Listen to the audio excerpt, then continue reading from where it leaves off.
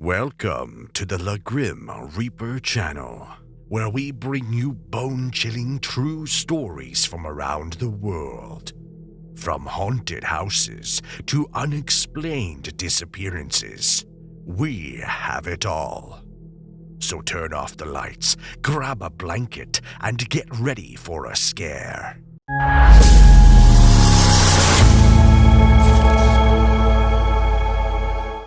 In 2013, I was a middle-aged school teacher named David, but most of my students knew me as Mr. D.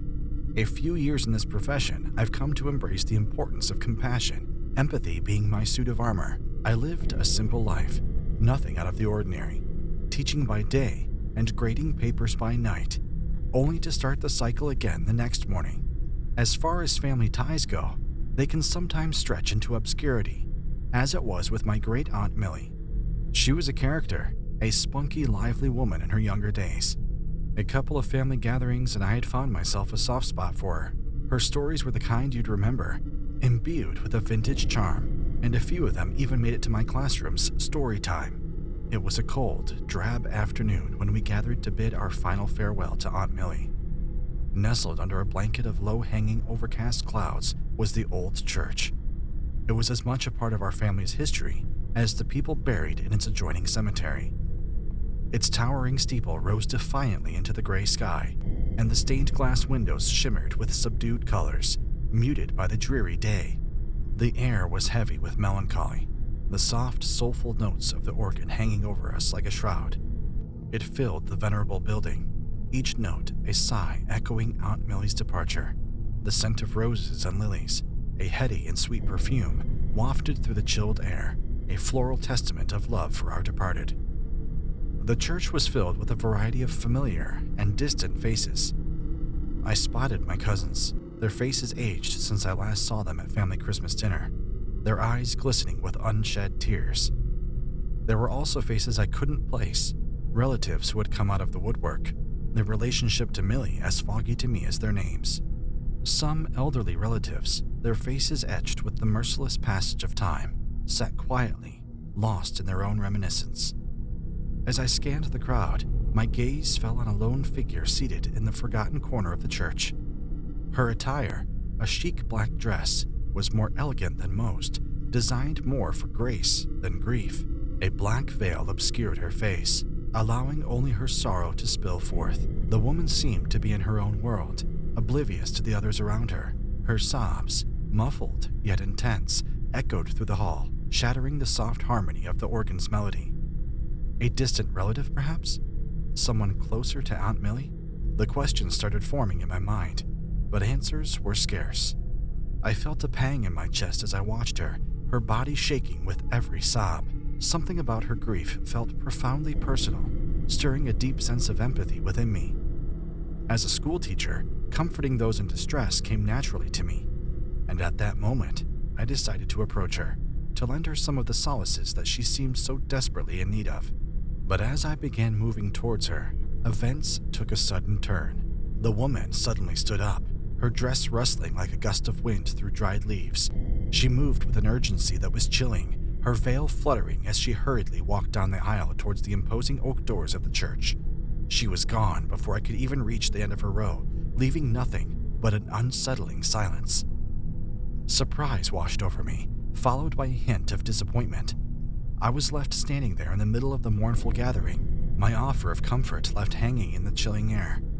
I tried to follow her, to maybe catch a glimpse of her outside the church, but it was futile.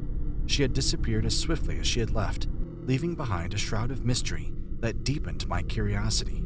The image of her shaking shoulders and the sound of her sobs lingered in my mind, an unsettling melody in the symphony of that day's events. Confused, I decided to return to her deserted seat, the soft murmur of condolences fading into a low hum.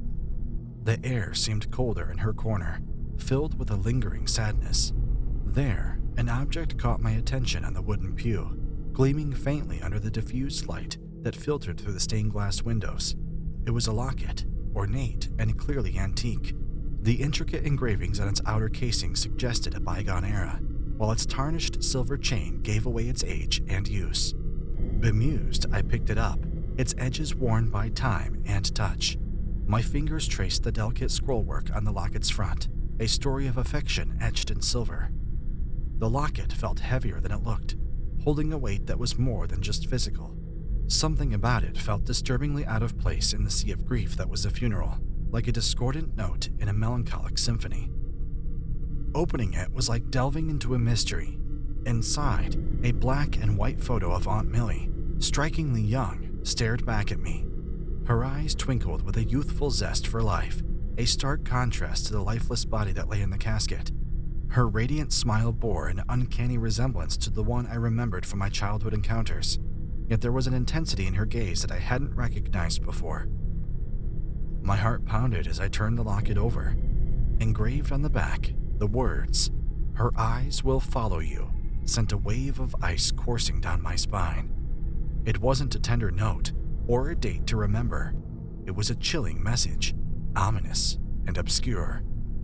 The air around me seemed to turn colder, the muted whispers of the attendees morphing into an indistinct buzz. The message resonated in my mind, its rhythm synchronized with the frantic beat of my heart. My hands felt clammy around the locket, the silver chain digging uncomfortably into my skin. Aunt Millie's twinkling eyes, the haunting message, and the mysterious woman, it was all too much to take in. What did the message mean? Why was it in the woman's possession? Was there a connection I was failing to see? As fear crept in, I closed the locket, wrapping my fingers tightly around it. My sorrow had been replaced with a fear-laden curiosity. With the locket tucked securely in my pocket, I made my way toward my eldest cousins. They were huddled together, reminiscing about Aunt Millie, their voices forming a somber harmony in the silent church. Hope fluttered in my chest like a trapped bird as I approached them. "Guys," I said, my voice sounding foreign and strained in my own ears. "I need to ask you something." My eldest cousin, Fred, turned to me, his wrinkled face marked with surprise. I took a deep breath and explained the situation, the veiled woman, the locket, and the chilling message that it held. Their expressions morphed from curiosity to confusion and then to concern. The color seemed to drain from their faces as I finished my tale, and a heavy silence descended upon us. Fred, always stoic, cleared his throat. "David, we don't know any woman who would fit that description. And this message, it's downright unsettling." I felt a pang of disappointment at their reactions.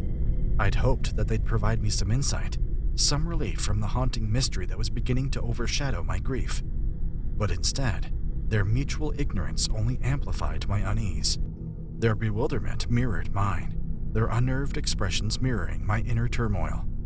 Hushed whispers of speculation filled the silence that followed. Theories were proposed, each more far-fetched than the last, but none came close to a logical explanation. Once back home, my sorrow was gradually usurped by an overpowering fear. As I sat alone in the living room, the vacant seat opposite me, a stinging reminder of Aunt Millie's absence, my thoughts kept circling back to the veiled woman, the locket, and the eerie message. It felt like I was living in the shadow of an enigma, unsettling darkness where fear had replaced grief, and unanswered questions lurked in every corner. The transformation was disconcerting. One moment I was mourning, lost in the memories of Aunt Millie's hearty laughter and her infamous apple pie.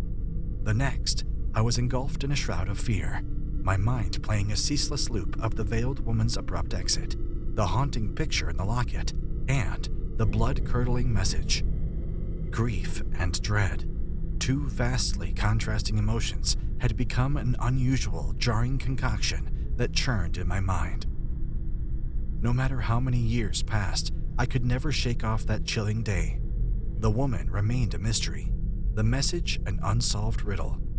The dread remained as persistent as ever, a silent tormentor that lived in the back of my mind. My sorrow for Aunt Millie had been replaced with an unresolved fear, a haunting memory that refused to be forgotten. We hope you enjoyed our spine-tingling stories. Don't forget to like, comment, and subscribe to our channel to stay updated on our latest uploads. Until next time, sweet dreams. If you can sleep at all.